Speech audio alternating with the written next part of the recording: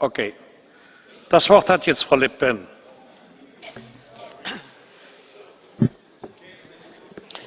Bien, mes chers collègues, la France a traversé une épreuve absolument épouvantable vendredi 13 novembre. Je pense que le premier respect à avoir à l'égard des victimes consiste à nommer ce qui les a assassinés. Or, pas plus que dans la bouche de nos dirigeants français, pas plus que dans l'ensemble des interventions que j'ai entendues ce matin, je n'ai entendu nommer l'assassin. L'assassin, ça n'est pas le terrorisme. Le terrorisme, c'est l'arme qui est dans la main de l'assassin.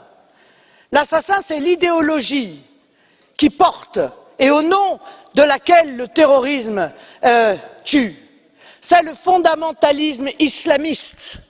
Et vous devez le dire, car si vous ne le dites pas, si vous n'êtes pas capable de nommer l'ennemi, alors, évidemment, vous ne pourrez pas le combattre. Mais peut-être que ça gêne certains d'entre vous de le nommer.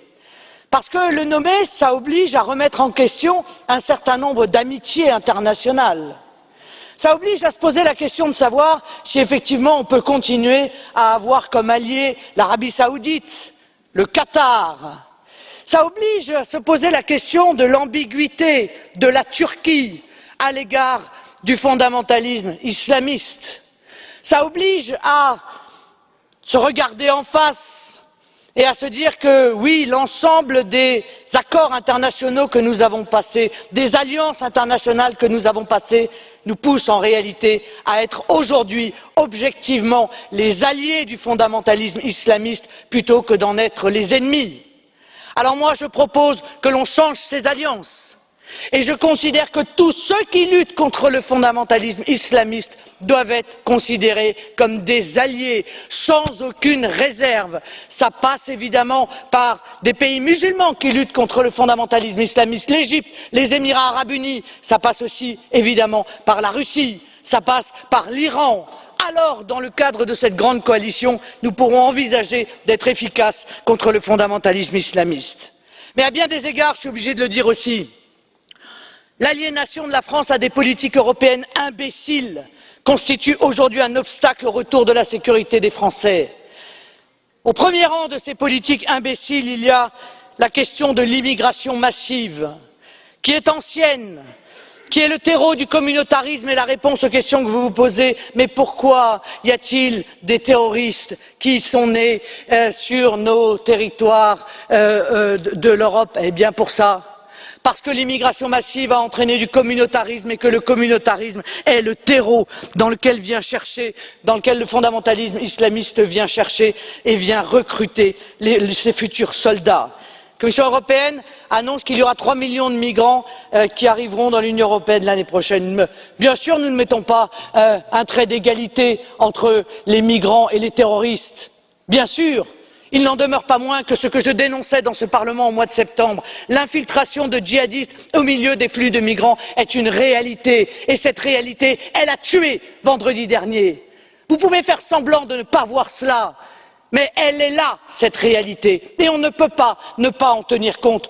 Continuer à laisser ces flux de migrants de manière incontrôlée alors que vous savez pertinemment que l'Union européenne et que les pays frontaliers de l'Union européenne sont dans l'incapacité totale de pouvoir contrôler quoi que ce soit, et encore moins l'identité de ceux qui arrivent, eh bien, c'est se priver des moyens de lutter contre ce terrible danger. Alors, moi je vous le dis, nous souhaitons retrouver nos frontières nationales. Nous n'avons pas confiance dans les frontières de l'Europe qui sont une véritable passoire. Aujourd'hui, les frontières françaises sont à nouveau contrôlées de manière temporaire. Eh bien, nous ferons tout ce qui est en notre pouvoir pour qu'elles soient contrôlées de manière absolument définitive. Vous nous parlez de contrôle, de renseignement, mais quel contrôle? Les passeports qui sont détenus par les terroristes, ce ne sont pas des faux passeports, ce sont des vrais passeports délivrés par l'État islamique dans les administrations dont ils ont pris le contrôle en Syrie. Ça aussi, c'est une réalité qu'il faut regarder en face.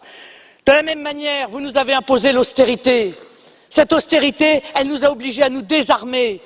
C'est à cause de l'austérité que l'Union européenne a imposée au pays que nous avons moins de militaires, que nous avons moins de policiers, que nous avons moins de gendarmes, que nous avons moins de douaniers.